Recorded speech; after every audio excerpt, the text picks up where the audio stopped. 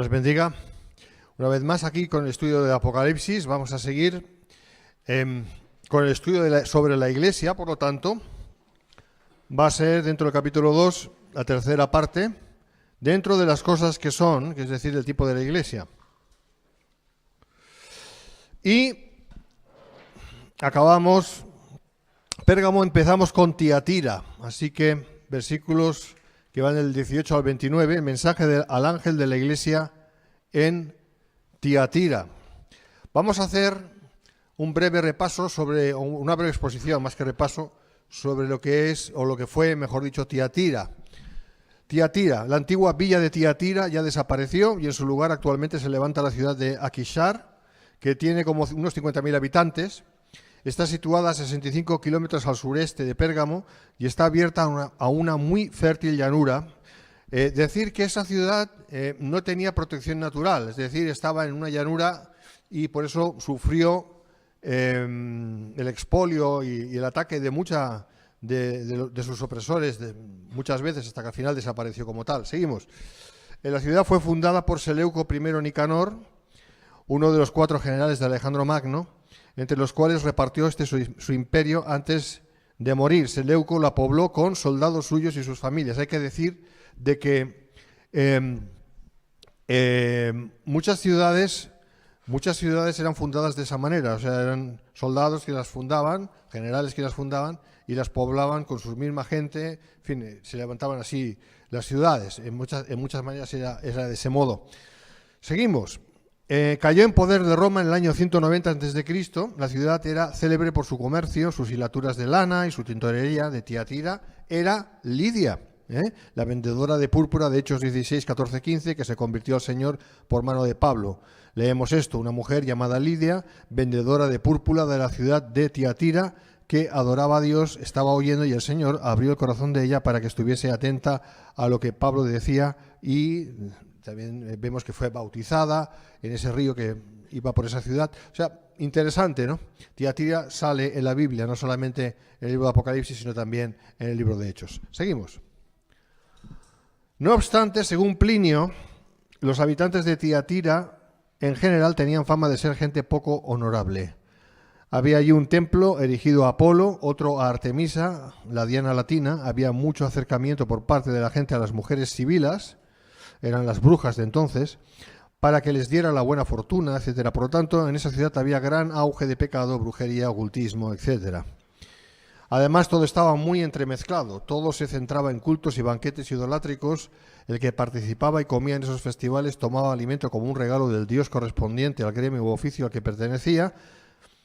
Por lo tanto, el creyente tenía una posición muy difícil porque se esperaba de él que hiciera como los demás para no ofender a los dioses. Claro, el problema era o ofendías a los dioses o si no los querías ofender, ofendías a Dios. Entonces era complicado. Pero bueno, nosotros sabemos que los cristianos tenemos la gracia de Dios para aguantar y hacer lo correcto. Pero para aquellos cristianos que empezaban con su fe, muchas veces les era un problema, se tenían que decidir, no sabían qué hacer. Y no era fácil la situación en aquellos momentos. Seguimos. El que se mantenía fiel a Cristo arriesgaba su empleo, su prestigio y su vida misma. Era una sociedad abiertamente pagana y totalmente hostil al cristianismo.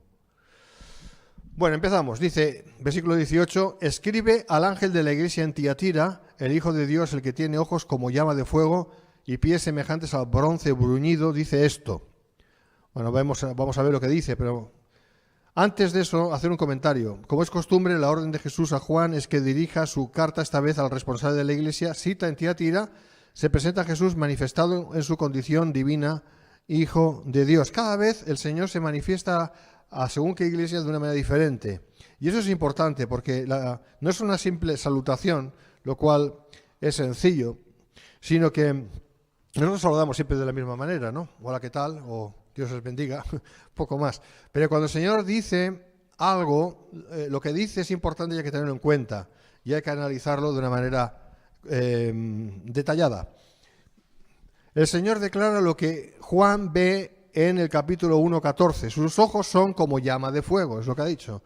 Con ellos Él puede verlo todo, escudriñarlo todo. Con ellos puede ver el corazón del hombre sin que se le escape nada. Solo Dios puede hacer eso, por eso se presenta como el Hijo de Dios.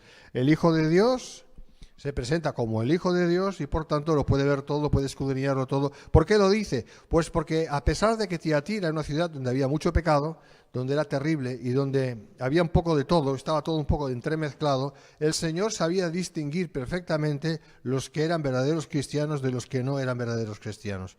Y en ese sentido, el Señor está diciendo a los verdaderos cristianos, no importa dónde estéis o dónde estáis, yo os conozco y sois míos.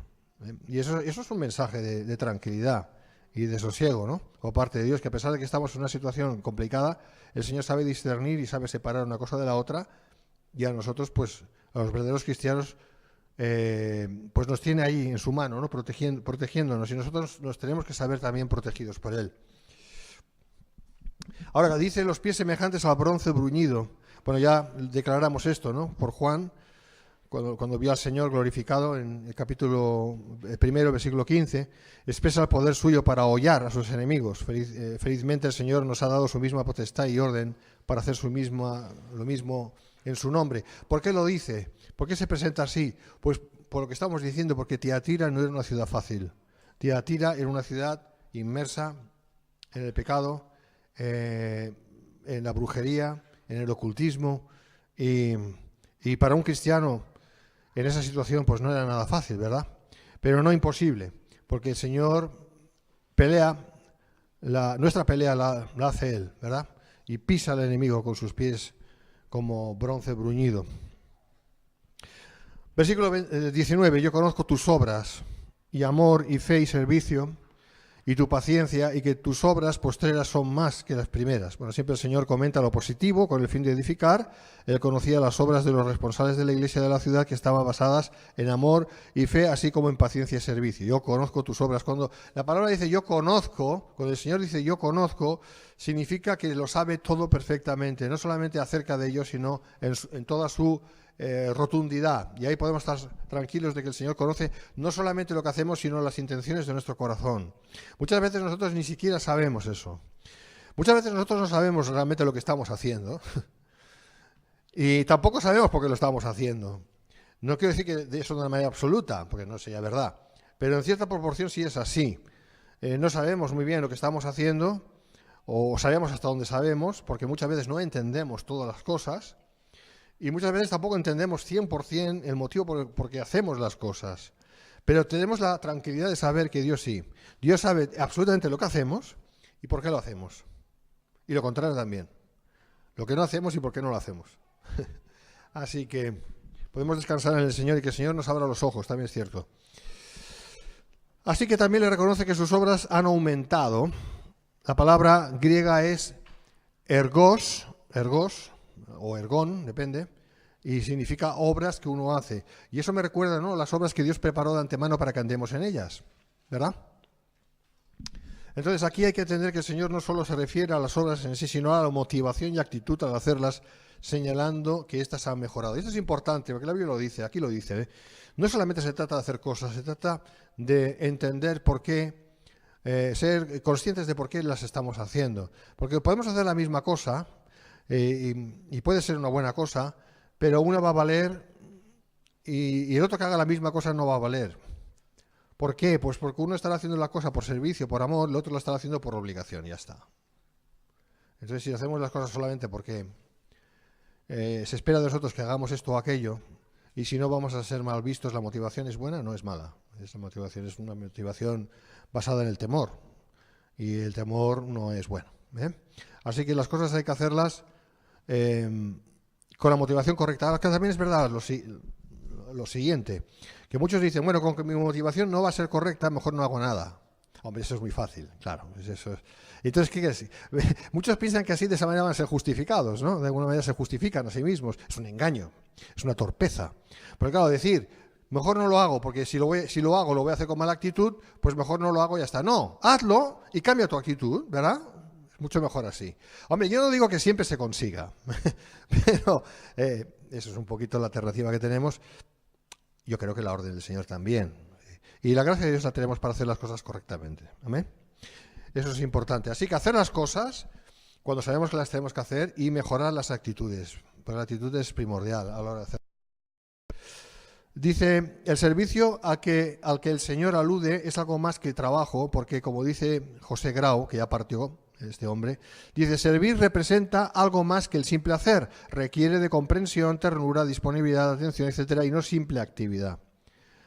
O, como dice Campbell Morgan en el escrito de comentario de Matthew Henry, dice, hacer mucho sin amor no es servicio, sino vanagloria. Claro, hacer mucho sin amor, sin la motivación correcta, pues no es servicio, es vanagloria. ¿Por qué? Muy sencillo, porque lo que estás haciendo seguramente obedece a un fin egoísta. Y si obedece a un fin egoísta, ya no es por amor, y si no es por amor no sirve. O sea, hay que entender una cosa, que todos entendemos, de todos modos, es que Dios no nos necesita para nada. O sea, Dios no necesita nuestras obras, como si fuera algo indispensable, de otra manera pues no avanzaría el reino de Dios. No, Señor, Dios se basta y se sobra a sí mismo, ¿verdad? Eso lo sabemos, que Dios es el soberano.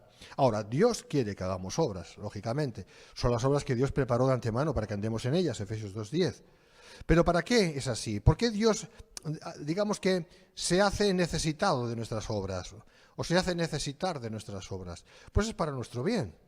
No es para su bien, porque Él no necesita ninguna obra, como digo. Es para que nosotros hagamos lo que Él quiere que hagamos y de esa manera nosotros también estamos colaborando en su reino, estamos colaborando en su obra y por tanto hay que hacerlo con la mejor actitud posible. Muchas veces al principio no tenemos una buena actitud. Pero no pasa nada.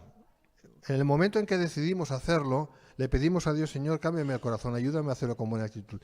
Y seguro que lo vamos a hacer con buena actitud luego. Porque lo importante es el resultado, no el principio, sino el final del asunto, en ese sentido. Entonces, lograremos y creceremos en servicio y en una actitud correcta de servicio, si hacemos así. Versículo 20, pero tengo unas pocas cosas contra ti, que toleras que esa mujer Jezabel, que se dice profetiza, enseñe y seduzca a mis siervos a fornicar y a comer cosas sacrificadas a los ídolos. Bueno, pues es fuerte, ¿no? Y estamos hablando de la iglesia del primer siglo. Así que muchas veces ese entendimiento de que las iglesias del primer siglo eran perfectas, pues se nos cae un poquito al suelo. Porque no es así. Las iglesias del primer siglo eran tan necesitadas de Dios y tan, cojas, por llamarlo así espiritualmente, como las de ahora o como las de ahora de Cristo, ¿no? Sí, las iglesias en lo natural, la parte humana, pues no son perfectas ni muchísimo menos. Vamos a ver esto, porque habla de Jezabel. Lógicamente esa mujer no se llamaba Jezabel, pero era un tipo de Jezabel, la Jezabel del Antiguo Testamento. Así que vamos a ver sobre eso. El Señor tiene que reprochar algo que está mal. Evidentemente, su nombre real no era Jezabel, pero su actitud y obra sí era como la de Jezabel, por eso Dios la llama así, Jezabel. Sabemos quién fue Jezabel, la esposa del rey Acab, rey de Israel, una mujer pagana, bruja, dominante, manipuladora y controladora que usó a su marido para hacer su voluntad en Israel. Lo que hizo en Israel fue directamente la obra del diablo, introducir la injusticia, la corrupción, la idolatría en la nación. Siempre toda Jezabel tiene su Acab. ¿Acab cuál es? Acab es aquel pusilánime. Aquel hombre, pues es un hombre, porque Jezabel es mujer y Acab es un hombre. Es aquel hombre que no toma responsabilidad, sino que todo lo delega en su mujer y su mujer hace lo que le da la gana. No todos estos casos son como Jezabel y Acab, ni muchísimo menos. Hay hombres que no toman responsabilidad, delegan en sus mujeres, pero sus mujeres hacen lo mejor que pueden. No es el caso este. Este es otro caso. Este caso es, como iremos analizándolo, muy interesante, es cuando Jezabel es una Jezabel. Es decir, es una manipuladora, es una persona controladora, es una persona que quiere conseguir lo que ella quiere conseguir y encima piensa que está en lo correcto. Lógicamente se engaña a sí misma, pero todos los que hacen eso es que se engañan a sí mismos, ¿no? Se engaña a sí misma, creyendo que lo que hace está bien, o está bien para ella, o está bien para sus propósitos, y había que analizar eso con cuidado. Y Acab es el hombre que lo permite todo. ¿Por qué? Pues porque le conviene, porque es flojo, porque es débil, porque es pusilánime, porque es más fácil que otro haga todo lo demás, y Acab pues no hace nada, porque ¿para qué? Si ya tiene una Jezabel, ¿no? Por eso digo que todo Acab tiene su Jezabel. Siempre es así, es una norma, es interesante. Y eso es lo que pasó en Israel. Primeramente, lo que pasó históricamente es que llevó a su marido a los cultos idolátricos y luego a toda la nación, llevando al pueblo a la fornicación espiritual, al culto a Baal, que es el diablo, hasta Astarte o Astarot, actualmente el culto a la falsa María, entre muchos otros, ¿no? Porque eso, claro, ha ido a través de los siglos. No solamente es algo que se quedó ahí atrás, en el siglo I, sino que eso ha ido avanzando a través de los siglos, etcétera, etcétera. Entonces, el problema es que el anciano de la iglesia en Tiatira toleraba a esa mujer en su obra de falsa enseñanza, falsa profecía y seducción dirigida a los fieles, enviándolos a prácticas de pecado, fornicación y participación en la mesa de los demonios. Pensamos que ese anciano o pastor no era 100% consciente, porque si no, no creo que lo hubiera permitido, no era 100% consciente de lo que hacía esa Jezabel.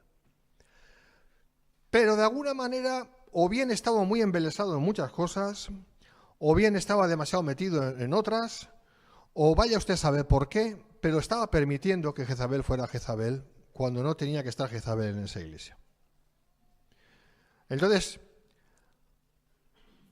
evidentemente podemos deducir también que no había gente que le estaba diciendo al pastor o a los ancianos, oye, mira, esto está pasando.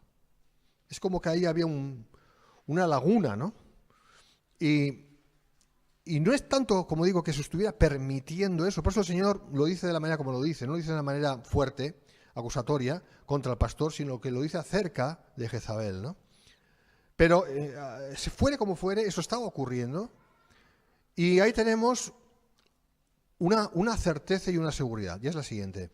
En toda iglesia, cuando eso esté pasando, algo similar esté pasando, podemos tener esa certeza, la cual, la siguiente, que el Espíritu de Dios, en este caso fue el Señor mismo, pero es el Espíritu de Dios que va a hablar y va a decir, esto es lo que está pasando.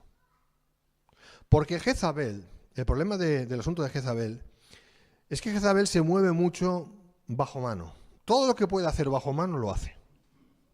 Todo lo que puede hacer. Ella nunca se confronta con la autoridad. Ella va por detrás de la autoridad. Siempre es así.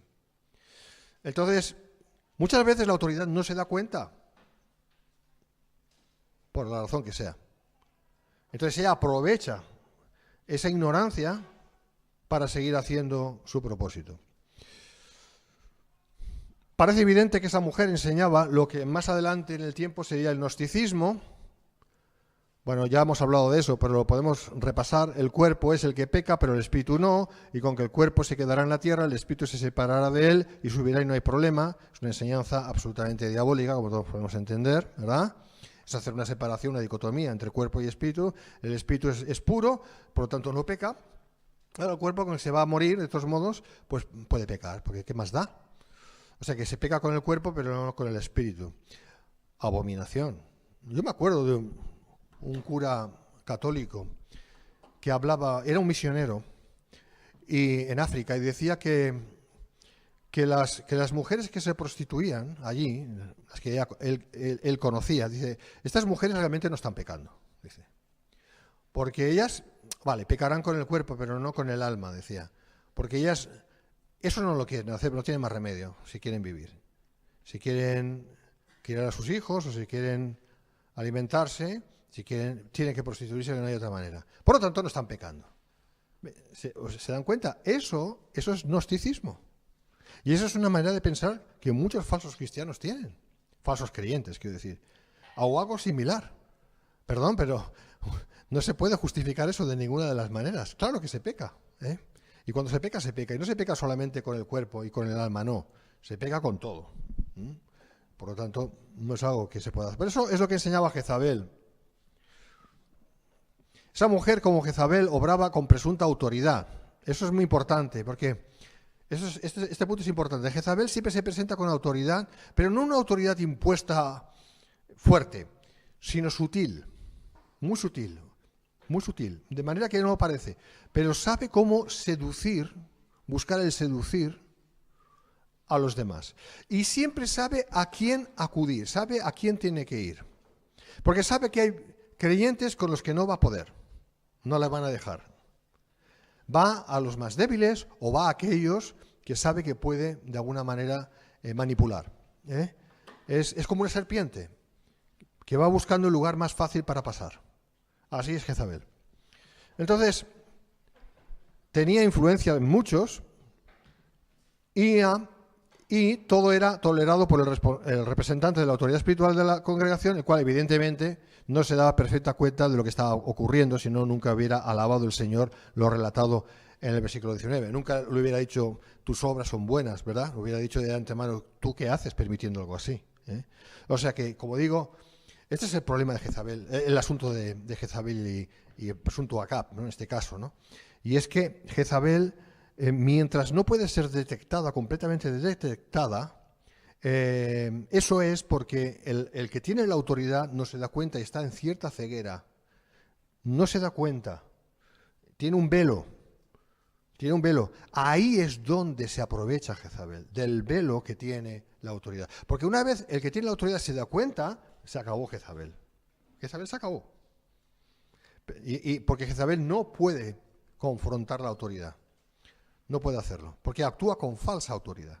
Y cuando la verdadera autoridad le planta cara, ya no tiene nada que hacer. Pero se aprovecha mientras la autoridad verdadera no se da cuenta del todo. Es otra vez como la serpiente, ¿no? Que va buscando siempre el lado fácil para ir a atacar. Entonces, ¿cómo lo hace? ¿Cómo engaña? Bueno, pues Jezabel tiene una apariencia de espiritualidad, apariencia de piedad en sus maneras y palabras. Son normalmente esas mujeres, también hay hombres, pero bueno, aquí está hablando de una mujer, Jezabel, son muy religiosos. Tienen un vocabulario, unas maneras muy, entre comillas, espirituales, ¿no? Como que, parece que están siempre flotando en el aire, no están en las nubes, siempre están siempre con el Señor me ha dicho, y el Señor, y siempre está el Señor, y el Espíritu Santo me ha dicho, y el Espíritu Santo, y constantemente parece que tiene una conversación perpetua con Dios, ¿no? Cuidado con esto, porque eso no es así, eso no es real, y muchos son engañados por eso, y tenemos que huir de todo engaño. Entonces, apariencia de espiritualidad y de piedad en sus maneras y palabras, especialmente de cara al pastor o anciano principal. Jezabel sabe cómo ganarse a quien se tiene que ganar. Luego lo va a intentar. Y su maldad queda desapercibida. Ella sabe perfectamente lo que tiene que hacer para conseguir sus fines. Ella sabe dónde quiere. Lo que quiere conseguir lo sabe. Y sabe cómo ordenar las cosas para conseguir ese fin.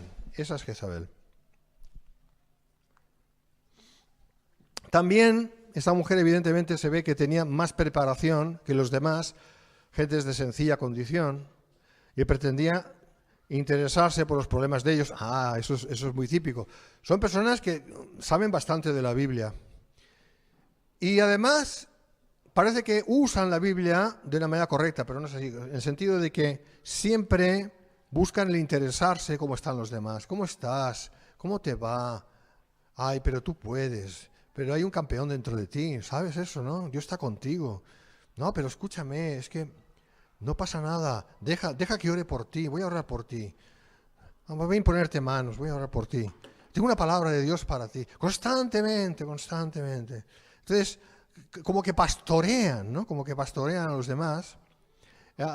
Se levantan casi como sacerdotes de los demás, ¿no? Porque parece que sean mediadores entre Dios y ellos, ¿no? Porque siempre están constantemente, yo voy a orar por ti, y tengo una palabra de Dios para ti. Mucho cuidado con esto. Algo de esto está bien, pero cuando ya es demasiado, cuando ya ves que alguien está constantemente ahí ministrándote, hombre, pero yo pienso que cada cristiano tiene que saber que es Dios, el Espíritu de Dios, quien le ministra, ¿no? Y no necesitamos intermediarios, ¿no? Así que cuidado con esto. Siempre necesita almas a quien poder bendecir. Fíjate, bendecir va con comillas, ¿no? Ese tipo de personas, las que son manejadas por el espíritu de Jezabel, tristemente abundan en las iglesias, y no son solo mujeres, también en ese espíritu están hombres.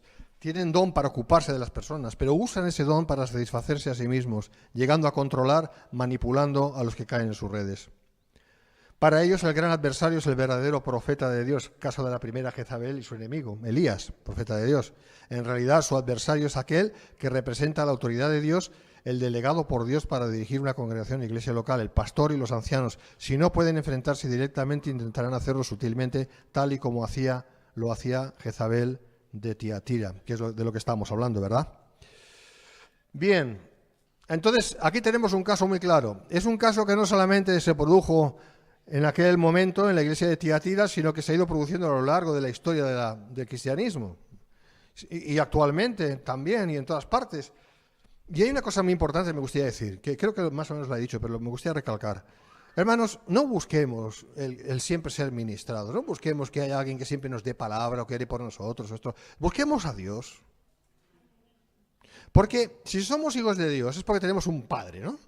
Que es Dios. Pues es mejor ir directamente a la fuente, ¿no? Que no perderse en los afluentes. Mejor ir directamente al río, ¿no? Principal, ¿no? Si quieres ese símil. Entonces es muy importante que aprendamos, porque de esa manera vamos a madurar.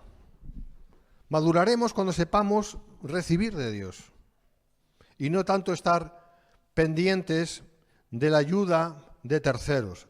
Yo sé que hay momentos en que sí, que es bueno que los hermanos ayuden a hermanos, es decir, que sobre todo los que están más débiles en la fe o que tienen una dificultad especial.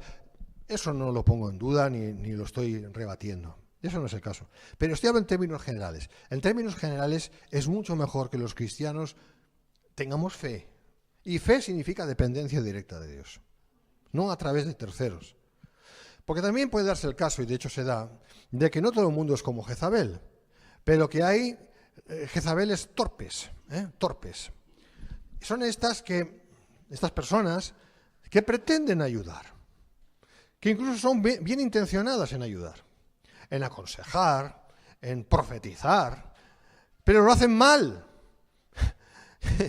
Pero tienen tantas ganas, porque de alguna manera necesitan llenar ese espacio en sí mismos, ¿no? No, yo tengo que servir al Señor. Es un activismo que hay ahí. ¿Qué es lo que pasa? Que van buscando, no voy a decir la presa, porque no van buscando una presa, pero van buscando a ver a quién ayudar, que más o menos es lo mismo, con una intención mejor, pero bueno. Y lo que hacen es estropear las cosas, porque van diciéndole cosas a ese hermano o hermanita que realmente están pasándolo mal y tal, y sus consejos no son los correctos. Normalmente son consejos muy humanistas, normalmente es mucho de sobar el lomo, de estar ahí, tratar con algodones, de crearles incluso una dependencia de ellos, cuando nosotros no tenemos que depender de nadie, ¿verdad? Nadie humano, quiero decir. En fin, es mucho mejor avanzar en agarrarnos del Señor y recibir de Él. Yo creo que es así. Es mucho mejor. Eso es crecimiento, eso es madurez. A lo mejor nos va a costar, a lo mejor al principio va a ser difícil, pero conforme vayamos avanzando en esa dinámica de depender directamente de Dios, no estoy hablando aquí de rebelión, y de vivir de una manera rebelde, ajena al cuerpo de Cristo. Eso sí al otro extremo. De eso no estoy hablando. Nadie me malinterprete. Estoy diciendo sencillamente lo que estoy diciendo, de buscar de Dios, que Dios llene todo esto que solamente Él puede hacer por su Espíritu. De eso estoy hablando. Bien, entonces Jezabel no va a tener nada que hacer. Jezabel no va a tener nada que hacer. Cuando Jezabel se encuentra con cristianos que dependen directamente de Dios y de verdad dependen de Dios, se le acabó el papel. Ya no tienen nada que hacer y se aburren y se van de las iglesias. Se van a otra iglesia a ver si consiguen lo que quieran conseguir. Eso es así, Bueno. Sigamos con el asunto de Tiatira. Ahí tenemos una Jezabel, ¿verdad? Y bien fuerte. Versículo 21. Y le he dado tiempo para que se arrepienta, pero no quiere arrepentirse de su fornicación. Bueno, vamos a analizar esto, porque la escuela arminiana se ha agarrado de aquí como aquel que se agarra a un clavo ardiente, ¿no? Dice, ¿ves? El Señor le da tiempo para que se arrepienta, entonces el arrepentimiento es cosa de nosotros, no es cosa de Dios, porque dice que le ha dado tiempo para que se arrepienta. Vamos a ver, porque hay que analizarlo eso tranquilamente, porque no es tan simple como parece. En principio decir que el Señor informa al pastor de la iglesia que le ha dado ya la oportunidad de que abandone su pecado, porque de eso se trata, fornicación espiritual, pero no lo ha hecho. Una persona, aunque no haya nacido de nuevo, y seguramente es el caso de esta Jezabel, puede apartarse si quiere de ciertas y concretas maldades o pecados. De eso está hablando. Cuando está hablando de arrepentirse, no está hablando de nacer de nuevo o de un arrepentimiento que solo Dios puede producir, sino sencillamente de apartarse de aquello que está mal. Y eso todo el mundo lo puede hacer. A ver, un ejemplo muy claro. El que asesina, pues que deje de asesinar. ¿Verdad? Es tan sencillo como eso. Eso se entiende, ¿verdad? La persona que roba, pues que deje de robar. Es decir, eso también entraría ahí, que le da tiempo para que se arrepiente, que deje de robar y no lo ha hecho. Hombre, es que dejar de robar cualquiera lo puede hacer si quiere. ¿O no? Hay actividades delictivas o punibles o pecaminosas que hasta el mayor de los impíos puede dejar de hacer. Ahora, en este caso seguramente el Señor no está tratando a esta Jezabel como una cristiana que está engañada, que no, seguramente es una falsa cristiana, una persona que no es verdaderamente cristiana. Por lo que leemos, más bien entendemos que eso es así. Y le está diciendo, deja de hacer lo que estás haciendo. Deja de hacer lo que estás haciendo. Ese es el punto. Jezabel puede llegar a creer que tiene la verdad y que los demás están equivocados, porque llega a creer que es el mismo Espíritu Santo el que está hablando y guiando, y no se da cuenta de que debido a su perverso corazón, no es él quien está ahí, sino un demonio religioso. Y eso es una realidad que nosotros hemos experimentado también a lo largo de la historia en esta iglesia, y seguramente ustedes en sus iglesias pues también, ¿no? Esa persona que parece que es tan espiritual, que a veces lo que dice es correcto, ¿no? Y parece que el Señor la está iluminando, pero en realidad no es el Señor, porque ustedes saben perfectamente, ¿no?, de que el diablo se disfraza como ángel de luz para engañar a muchos, ¿no? Entonces, el diablo sabe cómo hacerse pasar hasta cierto punto por el Espíritu de Dios, ¿no? Hasta cierto punto, ¿no? Para engañar, ¿no? Someterse en sus formas y tal. Y esas son estas personas que llegan a creerse sus propias mentiras, llegan a creerse sus propios engaños, llegan a creerse que realmente Dios las está guiando, que Dios las está inspirando, cuando no es así. Es un demonio religioso. Evidentemente, la mayor parte de esas personas podemos decir que nunca han nacido de nuevo, porque el que ha nacido de nuevo, el Señor sabe cómo apartar a esa persona del engaño. Si ha caído en un engaño tan profundo, sabe cómo hacerlo, sabe cómo convencer a sus hijos el Señor. Pero aquí no estamos hablando de eso necesariamente, ni mucho menos, cuando hablamos de esta Jezabel. La Jezabel profetiza, cree que tiene línea directa con Dios, por lo tanto siempre menosprecia las razones de los demás cristianos, aún del pastor, a los cuales ve como que son de inferior calidad espiritual y compromiso. A pesar de su apariencia espiritual, Jezabel no es más que la personificación del orgullo y de la rebeldía. Bien descrita ahí. Parece evidente que esa mujer en concreto, quien fuere, no parecía realmente cristiana. Entonces, ¿por qué el Señor le dio tiempo a arrepentirse no siendo suya? No es que el Señor esperara una conversión, ya que quien convierte es Él, sino que buscaba que ella abandonara la maldad en la que estaba inmersa. Eso espera de muchos nuestro Dios y sigue esperándolo de muchos.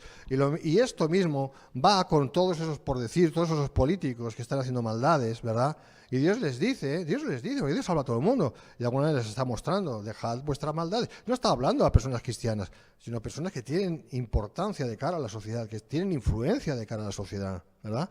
Para bien o para mal, y lo están haciendo para mal, y el Señor espera que estas personas se aparten de esas maldades. Pues ahí tenemos, por ejemplo, el actual presidente de Venezuela, ¿no?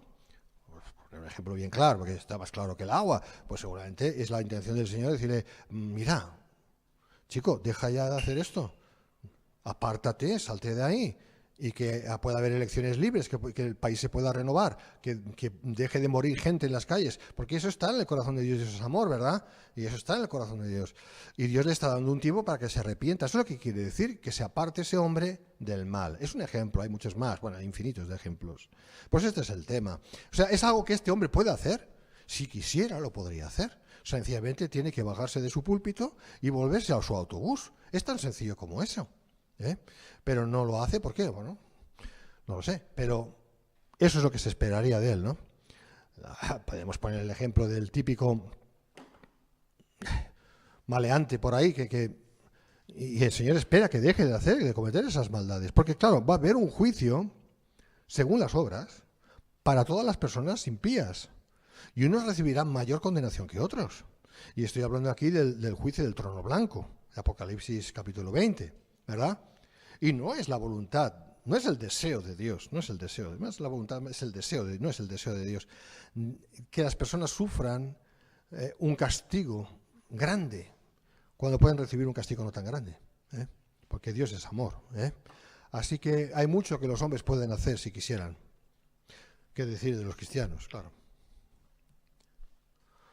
Versículo 22. He aquí yo la arrojo en cama y en gran tribulación a los que con ella adulteran, si no se arrepienten de las obras de ella. Bueno, pues aquí están las consecuencias directas.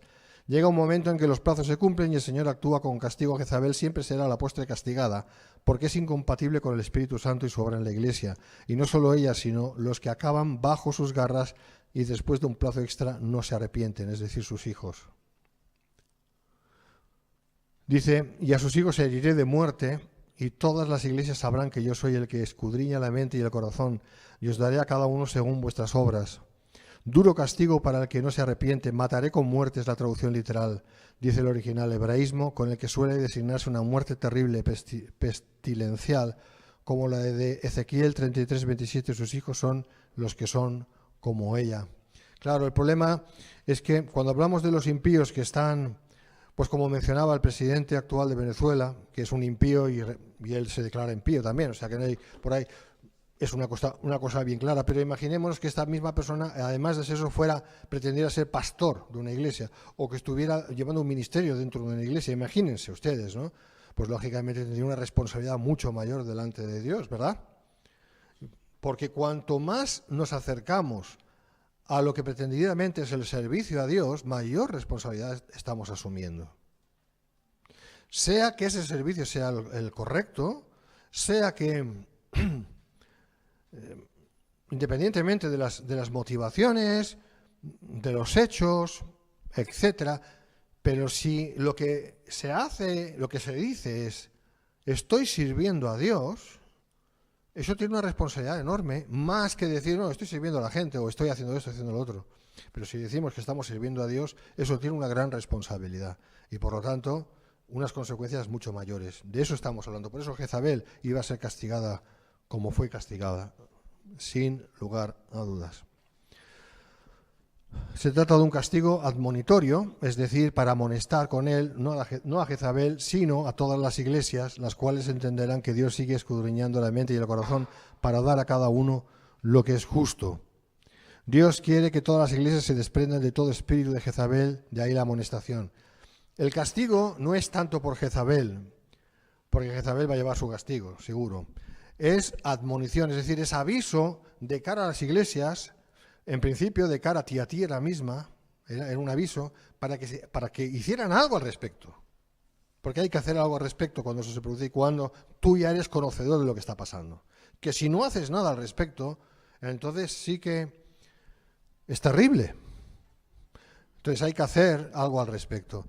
De cara a esa iglesia y de cara a todas las iglesias, porque esta enseñanza es para todas las iglesias, pues incluida esta iglesia e incluida la iglesia donde ustedes se reúnen o se reúnan, etcétera, etcétera.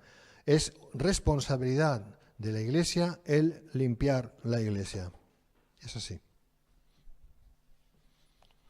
Versículos 24 y 25.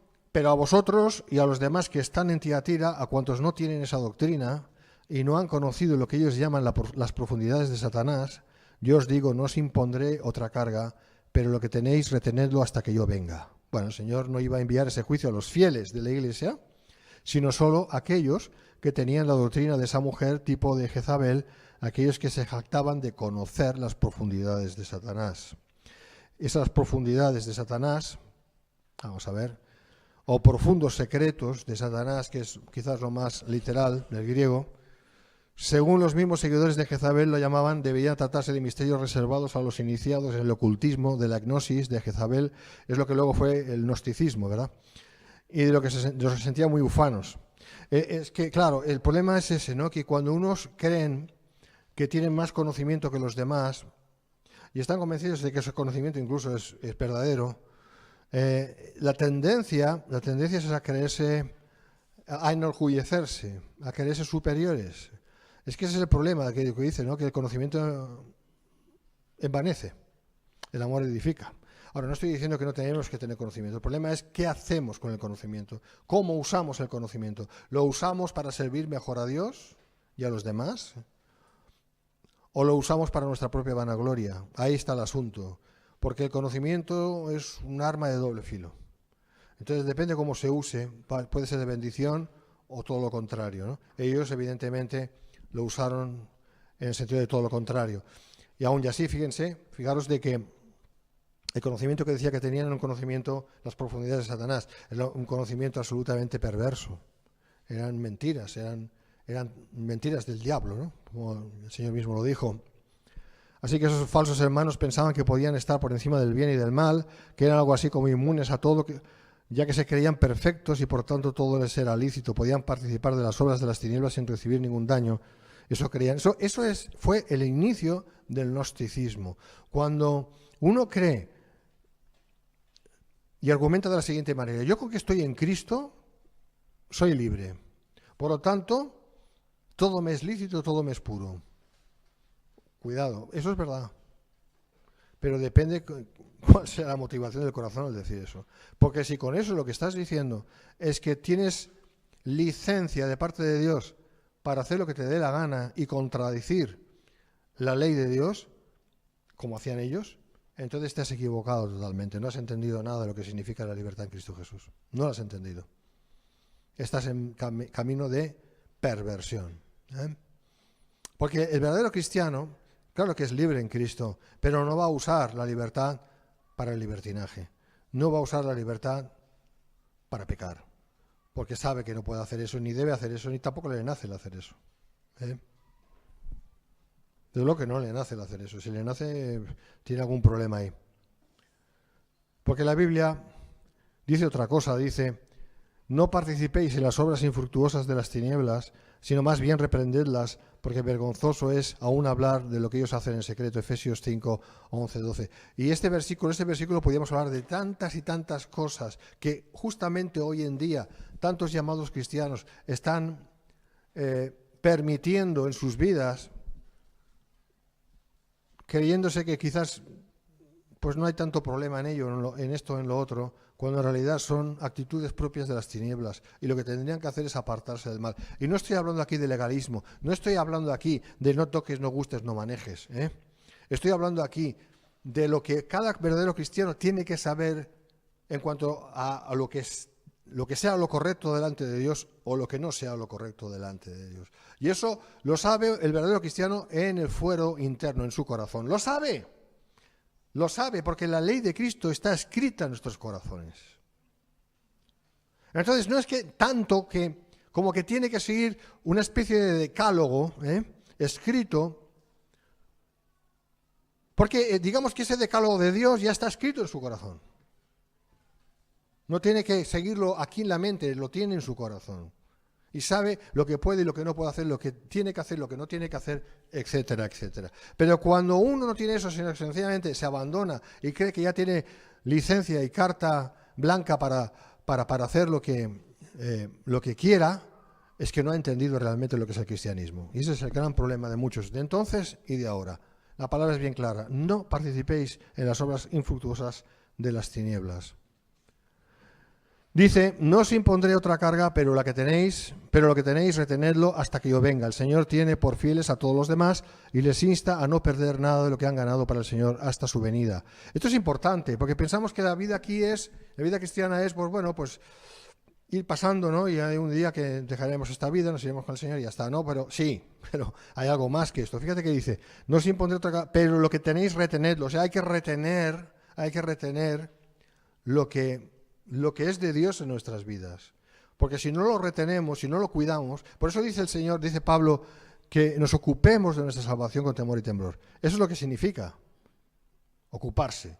Es decir, trabajar en aquello. Es como el que tiene un huerto y ha sembrado y lo tiene que cuidar y luego cuando las plantas han crecido, seguir cuidándolas, etcétera, etcétera. Tenemos que cuidar nuestra vida cristiana. Eso es lo que está diciendo. Tenemos que guardarnos mucho, porque estamos viviendo en tiempos muy, muy difíciles, pero muy complicados.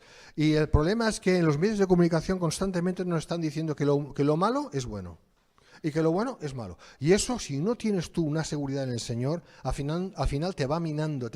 Y aún los que estamos en el Señor tenemos que guardarnos mucho.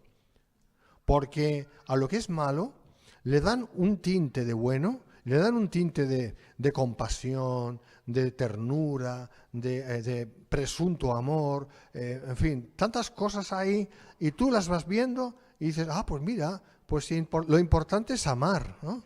Como dicen hoy en día, lo importante es amar. Lo importante es amar. Lo importante es amar conforme la palabra de Dios enseña, no de cualquier manera. No de una manera absolutamente carnal. ¿Cómo es que eso de que lo importante es amar? Pero claro, se cogen de la canción de los Beatles, All You Need Is Love, ¿eh? Todo lo que necesitas es amor, y ahí anchas Castilla, cómo el diablo ha ido preparando las cosas, ¿no? Paso a paso, ¿no? Entonces se confunde la libertad con el libertinaje, y muchos cristianos están cayendo en la trampa esa de que a la libertad le llaman, al libertinaje le llaman libertad cuando es libertinaje. ¿Y qué es el libertinaje? Todo aquello que parece de presunta libertad, pero que ofende a Dios, que va en contra de Dios y va en contra de los principios de Dios. Y de eso los cristianos nos tenemos que apartar siempre. Esto último tiene dos lecturas. El mensaje va dirigido a estos creyentes en particular, el mensaje va dirigido a todos los creyentes vivos cuando el Señor vuelva. De hecho, la enseñanza es la misma: retengamos todo lo bueno y no lo perdamos para el día en que comparezcamos ante el Señor. Dice en versículos 26 a 29, ya vamos terminando: al que venciere y guardare mis obras hasta el fin, yo le daré autoridad sobre las naciones y las regirá con vara de hierro, y serán quebrados como vaso del alfarero, como yo también la he recibido de mi Padre, y le daré la estrella de la mañana. El que tiene oído, oiga lo que el Espíritu dice a las iglesias. Bueno, es una promesa no solo para los de Tiatira, sino para todos los creyentes en Cristo. Evidentemente, el que venciere, en primera instancia, es el que es de Cristo, pero también tiene otra connotación, porque dice al que venciere. ¿Y cuál es esa connotación? Pues de lo que estamos hablando, de obrar conforme a la voluntad de Dios, de estar implicados en las obras que Dios preparó de antemano. Cuando estamos hablando de las obras, claro, la primera impresión que nos da es que tenemos que pensar en términos de obras como ir haciendo cositas, ¿no? Bueno, puede ser que sí, que sea eso también, pero es mucho más profundo que eso, porque son las obras que Dios preparó. Y las preparó desde antes de la fundación del mundo. O sea que ¿eso cómo lo sabemos? Pues conforme vamos viviendo nuestra vida nos vamos encontrando con aquello que vemos que tiene peso delante de Dios y que entendemos que tenemos que hacer. Y que posiblemente sea diferente para unos que para otros. Unos tienen unas cosas que hacer, otros tienen otras cosas que hacer. Pero son cosas que uno entiende que no, esto lo tengo que hacer. O sea, yo no puedo vivir mi vida solamente para mí. Yo tengo que vivir mi vida primeramente para Dios.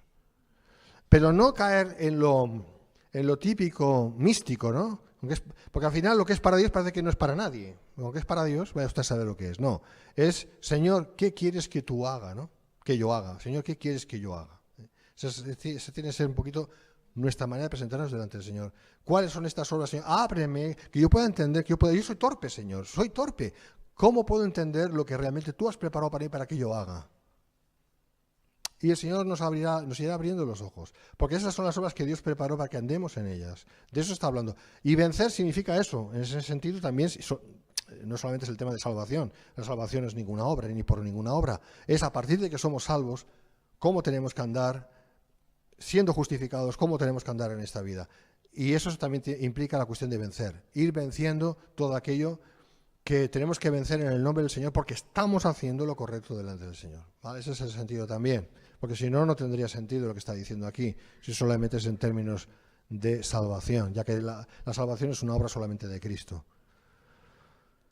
Amén. Y eso, el reinar sobre las naciones es en futuro, no es ahora, como muchos entienden aquí. Muchos entienden que reinar es ahora, no es ahora, es en el milenio. Por eso nosotros creemos en el milenio, creemos en el reino milenial, porque va a ser aquí en la tierra y va a ser cuando los cristianos vamos a reinar con Cristo sobre las naciones, etcétera, etcétera, y ahí donde el Señor nos envíe, que tampoco sabemos exactamente, son cosas que aún no tenemos una revelación total, la tendremos. De eso está hablando, reino milenial y después del reino milenial, cielos nuevos, tierra nueva. Amén.